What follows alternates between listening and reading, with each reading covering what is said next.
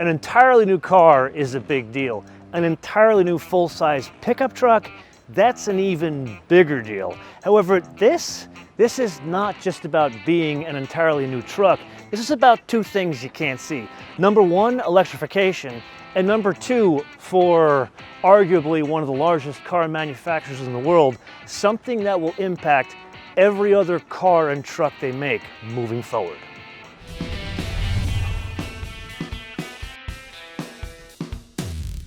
So let's start with a trend that you and I have been seeing as of late, and not just with pickup trucks, but sports cars as well. The move, sadly, from 8 cylinders down to 6 cylinders. Now, you will not be surprised to learn that a Toyota, a 3.5 V6, but there's a couple of twists going on here. In the basic engine, there is a twin turbocharger on the 3.5 V6, which is 389 horsepower and 479 pound-feet of torque.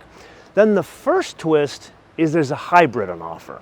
So it pairs a 3.5 twin turbocharged V6 with a hybrid system, 437 horsepower and 583 pound-feet of torque.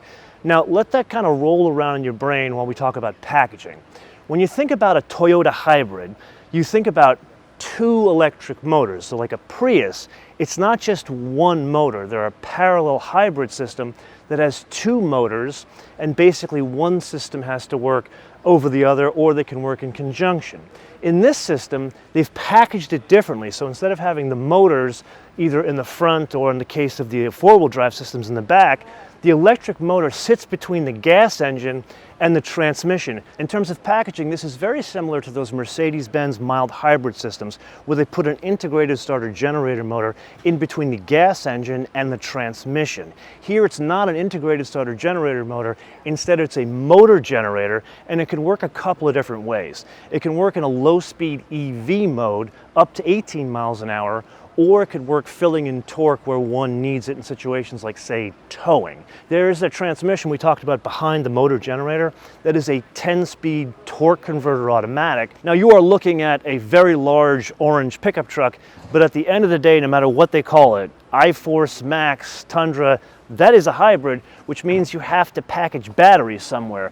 And here they are packaged underneath the rear seat, which really isn't a surprise when you think about hybrids in the Toyota world. However, the surprise is which type of battery do they use? When we look at more expensive Lexus hybrids, they usually use a lithium-ion battery. In this one, they're going with a nickel metal hydride battery. So yes, a bit of an older technology. Now, if I'm reading the tea leaves correctly, they do this not so much for battery performance, it's more about lowering the overall cost of the hybrid system. So with that, let's you and I press on from propulsion systems to architecture. And here we get to another trend, this one impacting the pickup truck world. And we've seen different changes in the use of materials. Like over the past 2-3 years, Ford specifically switched to all aluminum. This is not all aluminum. It's kind of a mishmash of things. Like the cab itself is a combination of high-strength steel, but the front doors and the hood are aluminum. Then the bed, this is where we get into something. I'm going to try to say this the right way. Sheet molded composite aluminum reinforced bed. It is on offer in 3 different lengths. There is a 6.5, a 5.5, and an 8.1. But something interesting about this, and a little bit behind the scenes at the show, around the airport, the pickup truck that we use to haul like classic car parts or Kumho is an orange Tacoma. So what they've done here is they've taken that construction from the Tacoma and put it in the Tundra. And the concept is, you know what? Life happens. You have dents, and the idea is to improve fuel economy, although to be very honest with you, I'd be shocked this vehicle, even with the hybrid system, gets very strong fuel economy. So yeah, a lighter bed might improve it a little bit, but probably nothing noticeable. We'll have to talk about that in San Antonio because they haven't shared the actual fuel economy with us. But enough about practicality, let's talk about construction, specifically platforms. So you look at something like this, it used to be on its own platform that was dedicated to the Tacoma. And from what I understand from Mike, who is the chief engineer of this vehicle, there were 3 platforms around the world that were large body-on-frame trucks.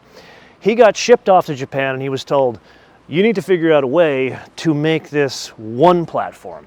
So they brought the 3 platforms into one platform. I guess they're calling it the F. I would say full-size truck. Don't quote me on that one. But the idea now is this is running on a totally new platform, which is shared with the Land Cruiser, which means this is now a box frame. And the whole concept here is to balance ride quality with the structural rigidity of the vehicle. Now, yeah, I could sit here and talk to you about the suspension, but rather I'm going to bring in a special guest that knows a bit more about off-roading than I do. So yeah, I mean, at TFL Truck, we do a lot of towing tests. We do a lot of off-roading. So maybe I'm not the premier expert in off-roading, but I do it all the time. In terms of off-roading and towing, don't tell Roman I said this, but he reports to you. There, you heard it here first. Exactly, you did hear it here first.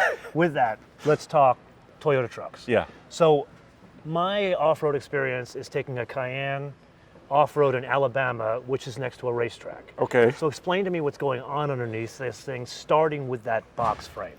So it's an all-new frame, right, for this all-new Tundra. So they went to a fully boxed structure. Before it was something they called like triple flex frame, which means it was fully boxed in the front, and then a little bit more open in the middle, and fully open seat channels in the back. And that accounted for some flex, because all steel frames have to flex to be able to provide comfort on-road and off-road. But now they boxed the whole thing, so they had to change the suspension basically. Wouldn't that make it more rigid? Yes, it is more rigid according to Toyota. But then, so they switched the suspension in back. They removed the leaf springs, went to a multi-link system, which basically helps to locate the axle front and back, up and down, and side to side, and went to coil springs, which in theory should give it better traction on-road and off-road as well. What's the difference in terms of the equipment, the actual hardware underneath from, say, this to the 1794 it's over there? Well, it's really about the shocks and the suspension, and also a tire package that they have. The Pro is their hero truck for off-roading. Most capable. It's got a 33-inch tall tire, a Wild Peak AT, so it's a little bit more aggressive than before. Fox 2.5-inch internal bypass shocks with piggyback reservoirs, really awesome stuff. And then it's their TRD off-road package. So what TRD off-road package does for you is takes a luxurious truck like the 1794 and gives it some off-road equipment, including Bilstein shocks, which is That's a very Porsche thing. Yeah, you know Bilstein. Yeah, you know Bilstein. So it's not Fox, but it's just a different type of suspension for a different use case. Does the ride height change between the two? More a little bit, yes. So this truck will have more ground clearance in the front. Yeah. That's a little bit less. They haven't published all the numbers yet. Speaking of numbers, we really got to get to the big number. Yes. You guys are towing experts. Yes. So what's payload and towing here? So the maximum payload on a new Tundra is 1,940 pounds. That's for a two-wheel drive base truck, right? I just looked in the door of this one. Yeah. It's over 1,400 pounds on this off-road model, which is a great number for a four-wheel drive But truck. that one's the hybrid, so you lose a little bit of Yes. payload because of the extra weight of the hybrid And system. also the extra weight of all the luxury features, et cetera, et cetera. And then maximum towing is improved to 12,000 pounds. How does that rate, because you have an F-150 hybrid. Correct. How does that rate? So the F-150 hybrid actually, mine is rated to tow about 11,000 pounds. So this is a little bit better. So 11.3, I think the hybrid is 11,300. Once again, they haven't published all the numbers yet. So it's competitive. Okay. Yeah, it's highly competitive. Of course, in the Ford and other competitors, you can select max towing packages that will raise your towing numbers. If you get different rear axle ratios, transmission coolers, etc. But the number is pretty competitive nonetheless. And for a recap here, you are an F-150 hybrid owner. What does this compare to in terms of the output, the horsepower and torque to your F-150 hybrid? It's really impressive. So this Toyota engine has 7 more horsepower, so 437, and it has 13 more pound-feet of torque at 583. And this is the thing I just learned from the Toyota engineers. That power rating on this hybrid comes with 87 octane regular gas. Some of the competitors rate them at high octane premium fuels. Cheating. So this is, well, kind of cheating. But this is on regular fuel, which is impressive. So he's showing his Russian side. He doesn't know U.S. NASCAR, because U.S. NASCAR, they invented the term, if you ain't cheating, you ain't winning. So inside there are two things going on. There's the design, and then there is a major paradigm shift for all of Toyota Lexus. Let's start with design because that's the smaller of the two. Looking at this, it's a pickup truck. The difference here, things are more horizontal than vertical. Everything in terms of all the switchgear, it's very much to my heart, which is all toggle switches. It's not because they're trying to please an av geek like me. It's because you get into a vehicle like this, most likely with gloves, and you want to be able to use some of the knobs and the toggle switches. There are some unique storage solutions in here, like there's wireless charger over here. There's a lot of storage underneath this here. However, it's not quite as innovative as you see in some of the domestic trucks. Now let's put that aside and let's focus on a major shift in the Toyota Lexus universe. This is kind of odd, but Toyota has chosen a US-based pickup truck to debut an entirely new UX system for all of Toyota and Lexus. So what's going on here is they've changed the system from what used to be kind of spotty at best to something that looks like it was copied from the Porsche Taycan. And the reason why I say that, it's a UX that has a menu that's off to the side here.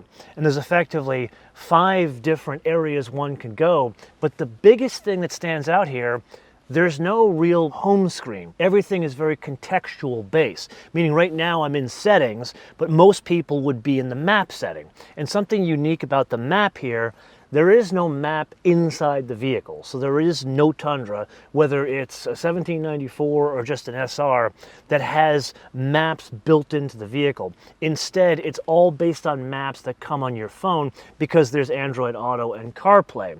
But that brings about the question, if this is a pickup truck and you're going to places like Moab, Utah, how the hell are you going to use your maps? Well, what the system does is it caches 50 miles of data in the vehicle when you go off the grid. And then something interesting about the overall system, they've put a lot of effort into the speed of the processor. This is something we have spent a lot of time talking about over the past 10 years, where this used to be very, very buggy in like the first Cadillacs that had these types of systems. Well, now this is probably one of the best you and I have seen, and this is why they're going to use it in cars like a Toyota Tundra, or the first Lexus will be the Lexus NX. Then look at the screen itself. This one is 14 inches, and then there's a 12.3 inch screen over here, however, not in this vehicle. This one is a limited model, but that screen isn't fitted as standard. There's an 8-inch screen that is fitted as standard. This is part of like a premium package. You can see makes a huge difference. And when it comes to design, notice it's not like tacked on like a Lincoln Navigator. It's integrated into the design, but it picks up the exterior design where it's still kind of chunky and here very usable. This one looks like any Toyota that you've driven over the past, I want to say 20 years. Overall, the system is designed to be used with fingers or with voice, but unlike Hey Mercedes or Hey Porsche, this has 4 different wake-up modes. There's either Hey Toyota. What do you want to do? Directions to Dallas-Fort Worth Airport. Doesn't like DFW, does it? I found Dallas-Fort Worth International Airport. Got it. You can say yes. Cancel. Hi Toyota. What can I do for you? What's the weather in Manhattan Beach, California? There is drizzle in Manhattan Beach, California, and it feels like 69 degrees Fahrenheit. Okay, I'd like to point out that I'm in Texas where it's supposed to rain, but it's raining in California. That's a desert. So yes, this is an incredibly early look at the 2022 Toyota Tundra, and yes, all the vehicles you and I are looking at today are pre-production prototypes, but I still want to show you some practical items that will make it to production, and the best place to start would be the business end of a pickup truck, and that would be the bed. So this is a TRD Pro with a shorter bed, but it still has the liner as well as some hooks back here, and then they will have a power outlet. But that's not what's important about the bed here. Notice the back of the tailgate. it looks different. The overall rear of the vehicle looks different. And you're scratching your head and you're saying, why does it look different? It's not the tailgate, it's the bumper. Notice it's not a separate bumper, it's an integrated bumper. And I was chatting with the chief engineer of the vehicle, and he was saying while his team was working on this, there was another team simultaneously working on accessories. They've come up with something like 115 accessories. One of them I got to try out when we drive the thing. There's a side step that's on offer that comes out from underneath the vehicle. Then something that isn't a change from the previous Tundra is the window in the back. Like you look at a pickup truck and they have a window that can slide side to side, something like that. This is the width of the cab and it goes all the way down. For those of you that have dogs, I can tell you they're a big fan of this kind of window because Kumo, he throws me over the side because he doesn't want to drive around in the Tacoma. He goes in his uncle's Tundra. Okay, so enough about dogs, let's focus on design. And here we have to go a little bit behind the scenes of Toyota. They are not unlike other car manufacturers where they have design studios in different regions of the world. And you can imagine a full-size pickup truck that would fall under the remit of their design studio in the US. They have two. They have one in California, Newport Beach, and one in Ann Arbor, Michigan. So they did the original concept of the vehicle as well as the packaging and worked with engineering. Now, looking at this, it's not organic. It's more chiseled. You can see specifically with the wheel wells, but then something interesting they've done here, they've tried to have this wraparound daylight opening. You can see in the A-pillar they put the black here, and that's on all the colors and all trims. And while we're talking about trims, there are 6 different trims on offer. So that's a TRD Pro. This is a super fancy 1794 edition. Now, I was scratching my head, I'm like, 1794. Apparently where they make these things in San Antonio, that's when the ranch that was settled there originally in 1794 was founded, and that's where the factory is where they make these things. So think of that as like the off-road model. This one is like the super luxury model. Notice they look specifically different. Then there's an SR, which is the basic one, the SR5, there's a limited, and there's a platinum. Either way, all of that, that's very confusing to me, but I guess pickup trucks, people like work trucks, which I don't think this thing is really trying to be. You look at this thing, and at least to me, it kind of looks like a Ram pickup, just more muscular, more chiseled. And this is where you get into what Toyota's mission is here. And they were very, very keen on this not being a work truck. They were like, this, it's more of a recreational vehicle. Okay, so one last thing, because you guys know I love me some party tricks, and that is a push button tailgate here. And that's not just on this like ultra fancy 1794 edition.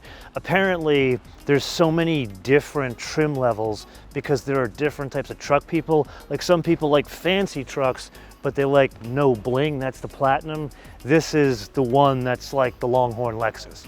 And with that, this would be the point of the episode where I normally would share the wish list, but we haven't driven this. And frankly, I haven't even started the engine, so I don't have anything to share on the wish list yet. So this is the point of the episode where I'm going to turn this around to you guys to opine in the comments below or via our social media, MotoManTV all one word, MotoManTV all one word, Facebook, Twitter, and Instagram. And with that, I am going to humbly request your help with the algorithm. What does that mean? Yes, subscribe, hit notifications, but that also means hitting like and of course, sharing these episodes on your socials with all your friends, especially Reddit.